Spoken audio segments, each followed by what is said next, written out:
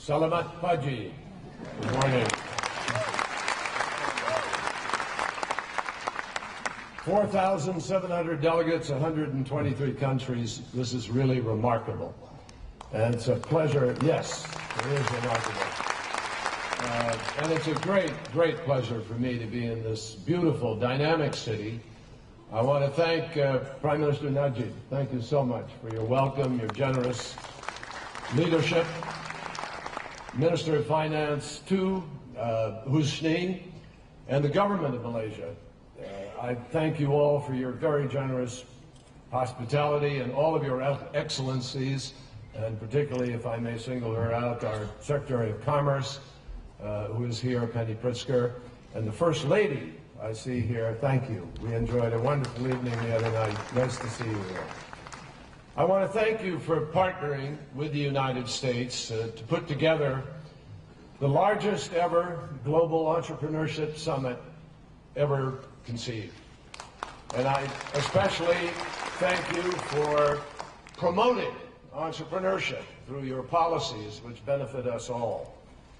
I also want to thank Startup Malaysia for the exceptional work that you've done on this summit and for working hard every day.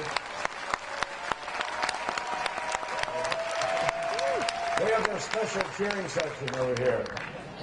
But I want to thank them for helping young people across the country and around the world chase their dreams of building their own businesses. As we were walking in here, the Prime Minister said to me, this is something people want more than anything else today, to start their own business. Thank you also for bringing together the global startup youth, who I understand are here in full force. I was about to say they were here in full force, but they announced that themselves. And as you know, this summit is very, very close to President Obama's heart. I trust you also understand why the situation in Washington has kept President Obama close to home. But I woke up today to television reports that things are beginning to break a bit, so you can see it was worth his staying and important. But he will be back in Malaysia soon, I promise you. Let me reiterate very quickly, because I don't want to spend time on it, that what is happening in our capital, in Washington, is really nothing more than a moment of politics, and it will pass. But I'll say this, if only the small group of people who have held us back in these past days were as forward-thinking and collaborative as the people in this room, we would all do a lot better.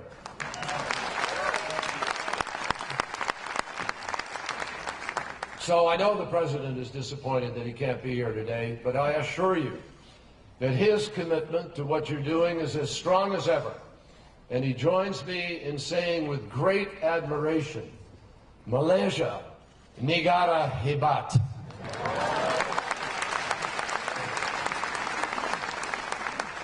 It's very fitting that this year's summit has brought us together in this incredible country.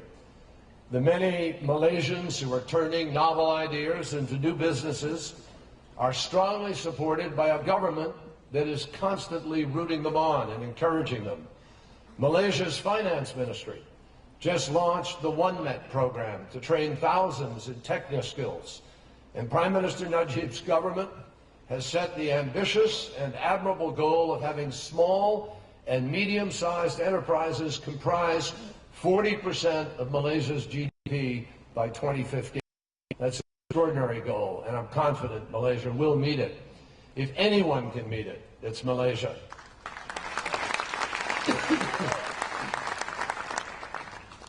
This is the country that reached for the sky not once, but twice, with the iconic Twin Towers that stand just outside this convention center. And when most of the world was still discovering the World Wide Web in the 1990s, guess what? This country created Cyberjaya, the first city on Earth to be fully wired with high-speed internet. This nation has given the world visionary business people like Jimmy Choo, who made his first pair of shoes at the age of 11, and by the time he was in his 20s, His designs were being worn on sidewalks and catwalks from Los Angeles to London. And Tony Fernandez, who long before he started hosting The Apprentice Asia, in fact, even before he turned 30 years old, started the budget airline Air Asia. And with that bold vision, my friends, he revolutionized the way that people connect with one another throughout the region. As I have walked into this hall and felt the energy here, I have to tell you it's extraordinary, all of the young people who are here. I'm sure you share that feeling. There's an excitement here, an excitement about possibilities. I actually can almost feel my hair turning brown again. It astounds me to think that 3 in 5 citizens of Asian nations are under the age of 35. 60% of your population. Just imagine what that means for all of the new products and the new services that Southeast Asia could bring to the world. My friends, it really is all in your hands. And it's equally fitting that we meet in Kuala Lumpur because this is a multicultural city at the heart of multi-ethnic, multi-faith country. And history has proven time and again that diversity is one of the most important catalysts for discovery. Here in Malaysia, people of different heritages have been in conversation for a long, long time. You see it in the open houses that you host during holidays, welcoming people of different faiths into your living rooms. You see it in the Petronas Towers that I mentioned a moment ago, which are a beautiful fusion of modern engineering, traditional Muslim design, of an American architect, of Japanese and Korean construction, and a uniquely Malaysian vision. Together, they all blended a masterpiece that is recognized around the world, and a soaring reminder that Malaysia is much more than a marketplace. It is a human and an economic mosaic, and it is a model for the world. Your open-mindedness and cooperative spirit, these are literally the keys to the future. When President Obama announced the creation of this summit in Cairo 4 years ago, he did so because he understands that freedom of opportunity is humanity's most powerful motivator. This is true for all people, regardless of geography or gender, regardless of race or religion. It always has been true. And I've got news for you, it always will be. What unfolded in the historic city of Cairo just a short time after the speech the president gave, and in Tunis, and in Tripoli, and in Sana'a, they all proved the point. The world watched young people, just like you, young men and women with great aspirations. They watched them demand the chance to be able to fashion their futures, to be able to have a say in the future, to define it. And just like you are doing today as you turn your dreams into businesses.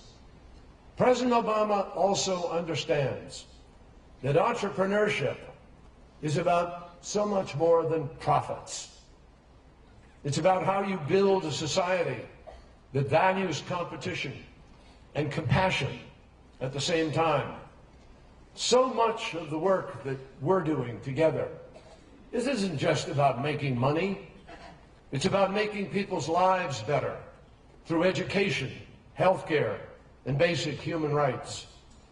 A few years ago, a study that was conducted in the United Kingdom showed that the most entrepreneurial countries in the world are also the most prosperous. That's not an accident. This study also found that entrepreneurship also makes people happier and more fulfilled. The places where citizens have the freedom to dream up a new idea, where you have an opportunity to share that idea freely with other people, where you can be your own boss, and even importantly, where you are free to fail. These societies are both the most successful and they are the most cohesive and the most satisfied. Never underestimate how important that is. And just as there's nowhere better to talk about innovation than here in Malaysia, there is no one better to talk about innovation than young people. As they say in Bahasa, melenter bulo biar dari ribang nia. To bend the bamboo, start when it's still a shoot. I look out at this audience here and I see that truth in the proverb. Every step towards progress actually does start with young people. Mozart composed his first piece of music at the age of 5 years old. Mandela was 25 when he started fighting against apartheid. Martin Luther King was 26 when he led the Montgomery bus boycott. Mark Zuckerberg was 19 when Facebook went live. Malala Yousafzai was only 11 when she started blogging about life under the Taliban. It is young people who push us forward always by building something that no one else thought to build, who push us forward by saying aloud something that no one else had the courage to say. In fact, the first man to hold the office of Secretary of State of the United States, the office I obviously occupy today, was Thomas Jefferson, who, by the way, also happened to be an inventor who helped establish our patent system. He was 33 when he wrote our Declaration of Independence, the mission statement of a risky startup called the United States of America. So I am honored to, and I am inspired to be with so many of you, young people who energize us and give us hope by continuing that proud tradition. I've actually learned something about a few of you. I'm thinking of entrepreneurs who are here, like Nermeen Saad, who has come to this summit from Jordan. And when Nermeen talked with female engineers like herself across the Middle East, she realized that so many of their talents were being squandered in countries where cultural norms make it difficult for women to work outside of their homes. And so Nermeen created an online platform where female engineers could freelance from home. And Nermeen's dream is that in 5 years, her website will be the first engineering company in all of the Middle East and North Africa staffed completely by women.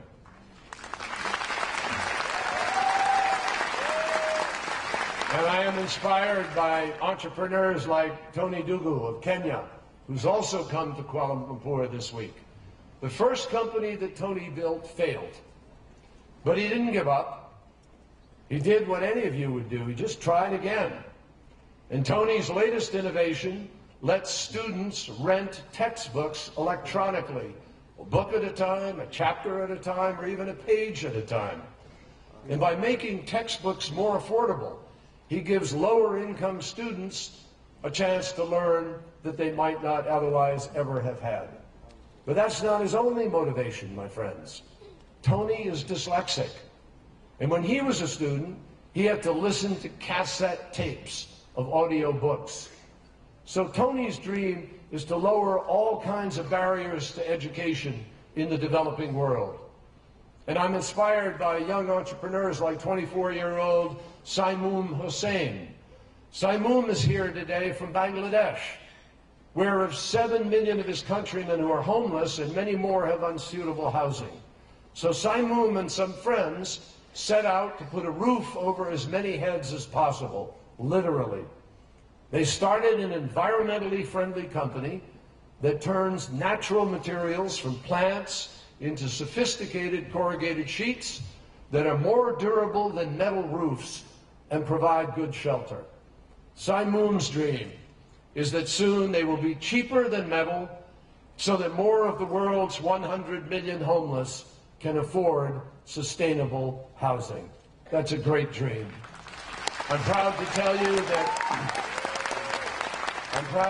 you that Nermeen, Tony, and Saimoom all belong to a program that was born from President Obama's call to action in Cairo. It's called Global Innovation Through Science and Technology. And these young people embody the President's famous affirmation that anything is possible. Yes, we can. Or as you say in Malaysia, Malaysia boleh. The Obama administration is really inspired by the kind of work that the young people here are doing. And that's why we are going to continue promoting entrepreneurship around the world, supporting your creativity and persistence is a key component of our foreign policy agenda, which today, more than ever before, is about economic policy too. When entrepreneurs here in Malaysia succeed, I'll tell you something, they create economic opportunity for Malaysians, of course, but also for people all over the world, including in the United States. Americans benefit from the success of small businesses around the world through trading and collaborating with them, and by using their goods and services. So President Obama is going to continue doing everything he can to support young people who want to turn their ideas into businesses or nonprofit organizations. And we'll do that in a few major ways. First, we're going to create an environment where people can easily form personal relationships and broad networks from people from every background and every expertise. We're also going to help them with the training and support that they need to turn their ideas into businesses and then to bring them to scale. And when we think of the most successful entrepreneurs, we often think of someone like Steve Jobs, who was sitting in a garage somewhere with a buddy or two. But the truth is, no one makes all of this happen all alone.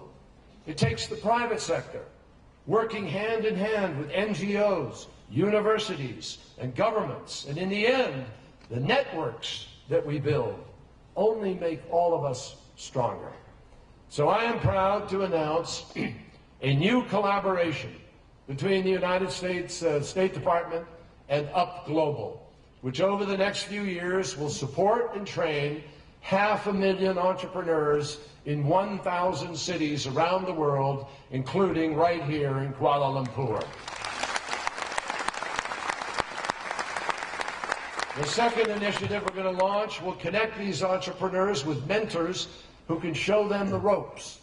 Because as you know better than anyone, starting a business is a daunting task.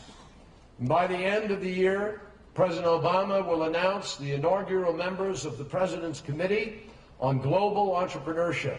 Penny Pritzker, the U.S. Secretary of Commerce, who I introduced earlier, who is herself a very experienced executive and entrepreneur.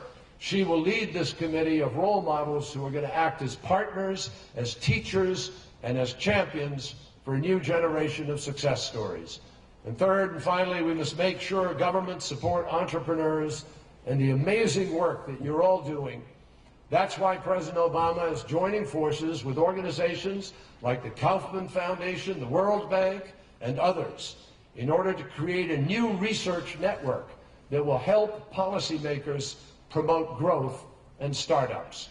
So I can't tell you how exciting it is, how many great programs are underway or on the way in order to connect innovators with capital, market demands, and lift some of the poorest communities in the world out of poverty. And I'm especially proud of a new program called Beehive Malaysia. Babson College, which is a school in my home state of Massachusetts, will partner with the U.S. Department of State and Malaysian universities and businesses to give social entrepreneurs a collaborative, shared workspace where they can solve some of the world's toughest challenges. My friends, the United States is doing all that we can to support you because we know that the best ideas are never bound by borders. And it's your ideas that have always created the lion's share of jobs in our country and in yours. Just think, as more and more young people join the labor market, the world will need about 500 million new jobs by 2030. many of which just haven't been invented yet. I want to leave you with a thought from a man who inspired me when I was growing up, a younger brother of the youngest man ever elected president, and a visionary leader in his own right, Robert Kennedy. Robert Kennedy said, "Few will have the greatness to bend history itself, but each of us can work to change a small portion of events, and in the total of all those acts will be written the history of this generation." In the total of all those acts. Nearly a half a century later, you have more tools at your fingertips than any generation in history. And so you have all the more power to bend history for the better, to bend that bamboo in the ancient Malaysian proverb. It happens that we also have many more complex challenges today, and it will take even more hard work to move the world forward. And without question, how many countries like mine and yours harness your talents? That is what will shape global economic prosperity and opportunity for generations to come. As your generation continues to invent and reinvent and push us forward, you will invariably hear a lot of people call you the leaders of tomorrow. But I got news for you, that sells you short. I know you're not content to be relegated to the future. You are the present.